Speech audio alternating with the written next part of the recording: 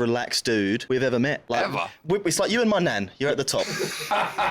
It is Jordan and Perry here in Ibiza with our main man, it's Mr. Calvin Harris. How are you getting on? We're good, man. How are you? Aye, pretty good. Do you know what I love? The outfits never change. Whether it's London, whether it's Ibiza, it's always a clean T-shirt, some nice trousers going on, the New Balance is being rocked out. It's a good look, mate. Well, it's because I see you almost every week at the moment.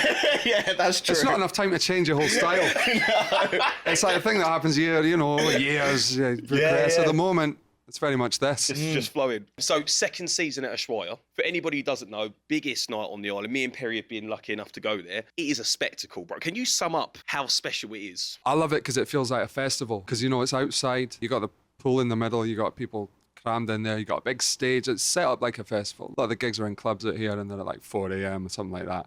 This is a day party. It finishes at about 11, so it's lovely. You get a good night's sleep if you want, or you can go into a club after that. But the main reason I love it is you can get big old production in there, get all your stuff, and it just feels like a little mini festival. Like George said, we watched you for the first time last year, but that was also our first trip to Ibiza ever. I would say, even on a personal level, it was life-changing for me, wasn't it? I just become a new person, Calvin. Yeah. You should see me when I'm at home now. I'm a party animal.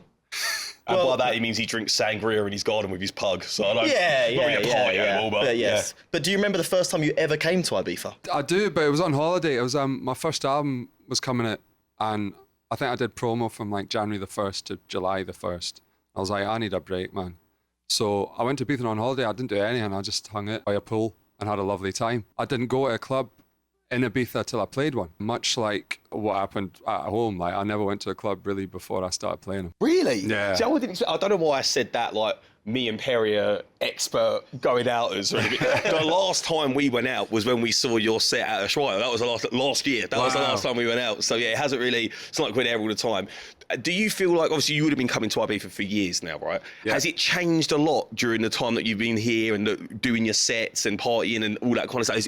Have you noticed a big change or not really? For me, honestly, not really. Not really. But I wasn't coming in the 90s and stuff like that. Do you know what I mean? I started coming in like... We're basically the same age, George. I started coming in, 2007. So it's the same vibe. It's great. I don't think I'll ever lose that kind of party island vibe. But also, there's a relaxing side which isn't going away either. So... one thing people ask me, because when they're like, oh my God, you spoke to Calvin Harris, how is he? I would say, you are the most relaxed dude we've ever met. Like, ever? But do you know what? Up there. I would say ever. You're up there. It's like you and my nan. You're at the top. Yeah, my nan is chill. I will say this. That has got to be one of the biggest compliments you ever received. You ever met Perry's nan? I've never met your nan. But she is... She's from Glasgow. Oh, she is. Yeah. She's a great lady. She'd love you. She'd be great. I should have brought her out here to Ibiza. I mean, yeah. Stuck on a trial. Good feature for next week. Yeah, exactly. We'll be next to you in 2 days' time. We'll bring her out, mate. We'll bring her out. No, but you are super chill. But Ibiza, I would say, is it's quite chill here, but it is pretty much the opposite of that. How do you keep that balance? I don't really know. I think you just are how you are, aren't you? Yeah. It's not really a struggle. There's folk that I have to sort of keep away from. Jordan and Perry. As his chair moves a couple of inches.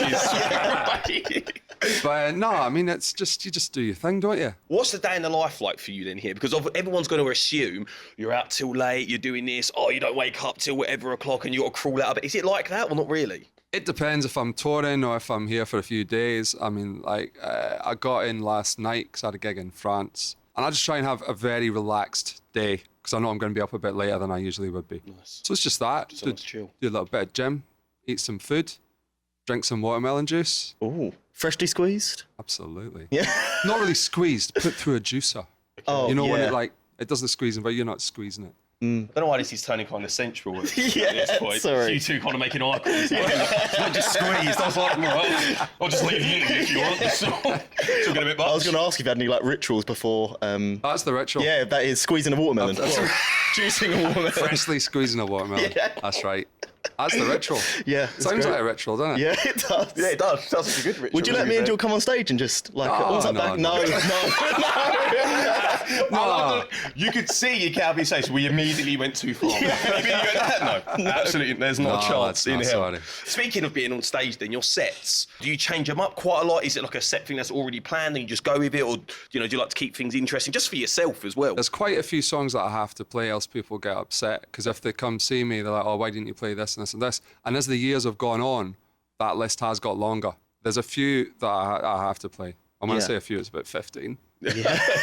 The entire set. I have to play. Almost. Yeah. Is there a song that sums up Ibiza for you? Well, I'd say the classic song is probably Nailin' and Kane Beach Ball Tall Paul remix from 1998. You might not know that one, but it's an I'll absolute be honest, yeah. Not off the top of my head. No. No, I mean, check that one out.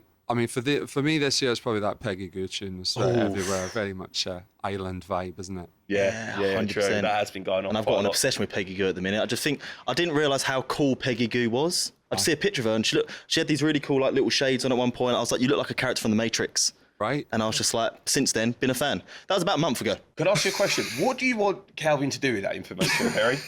Take it away.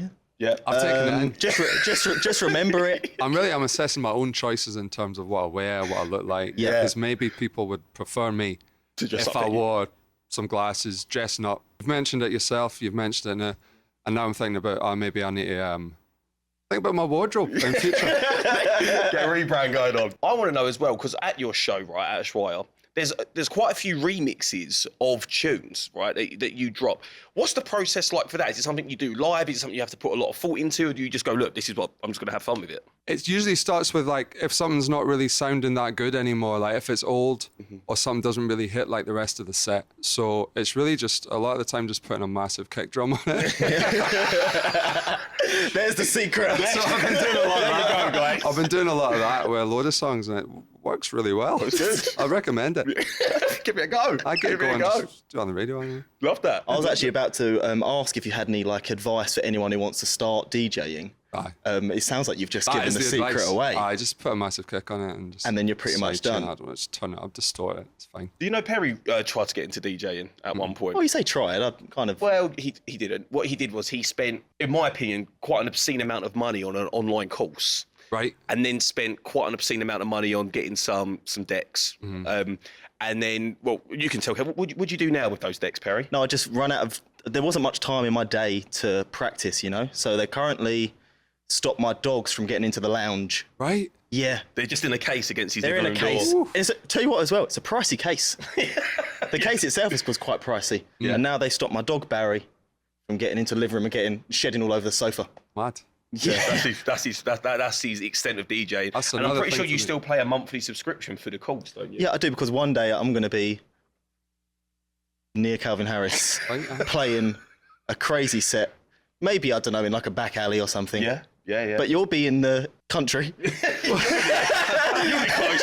In spirit, You'll be Calvin will be close, around. yeah. And that's what matters. That is what matters. what matters. All right? That is what matters. And now, we did speak to you before, right, and probably like 12 hours ago Aye, a at lot this of rate. time. And we asked you if you'd ever buy a football team. Oh, right. To yeah. which you said was, no, that's insane. Yeah, no, it is. Yeah. I was going to say the same word as well. It's Really? insane. You're sticking... Absurd. Yeah, absurd. Yeah. That's what it is. I would like to know, right, if you could play a five-a-side game, pick any 5 players to play with, well, 4 players to play with you, who would you pick? Just any footballers. Any- No, but footballers. mate, do you know what the best part is? Doesn't even have to be footballers. Oh, Anyone you want. I'm going to stick to footballers. Yeah, I mean, that would be a good shout, I'd imagine. I'm going to stick to footballers that came to the gig. oh, I love that. I had one weekend where I had Kevin De Bruyne. Nice. You don't know any of these people, No, do you? he plays for Man this about you. City. Yeah. yeah. I remember this one last time. Kevin De Bruyne, Virgil van Dijk, Marcus Rashford, Nathan Ake. That's actually a 5-a-side team and I'll go and goal. Oh, wallop. Yeah. There we go. Do you know what? Maybe Why- not attacking enough. I take out Nathan Ake, I'll put Jack Grealish. Nice. I never saw him though. So has Jack Grealish been to a show as well? He was at the show as well. Yeah. Oh, come on. I have got to say this, Kevin. I aspire to sound like that much of a geezer in my life. The way you just reeled off a bunch of footballers, knew the positions. Oh, do you know what? Maybe we're not attack focused enough. Grealish is going in. Out of the people that you just mentioned who watched the show, if you had to choose one of them to take your spot for the night at Ushuaia, Oh, and DJ? yeah, and they've got a DJ for the night. Big Verge. Yeah? Virgil van Dijk, absolutely. Really? Why? He's got better moves than me. He's got a stage presence. Do you know what I mean? On the pitch, Yeah. he's got a presence. He'd be fantastic. I think he's got a good name for it too. Aye. I can see that in lights. Aye, absolutely. You know? You're going to be a star, Virgil. I made it sound like he's on Broadway as well. And, but there is one last question I do want to ask, Calvin. Right? When you do perform, when it's your own set, Yeah. right? Love that. Kind of know what you're doing. When you perform with another artist, right? So someone who's featured on one of your tunes, Right.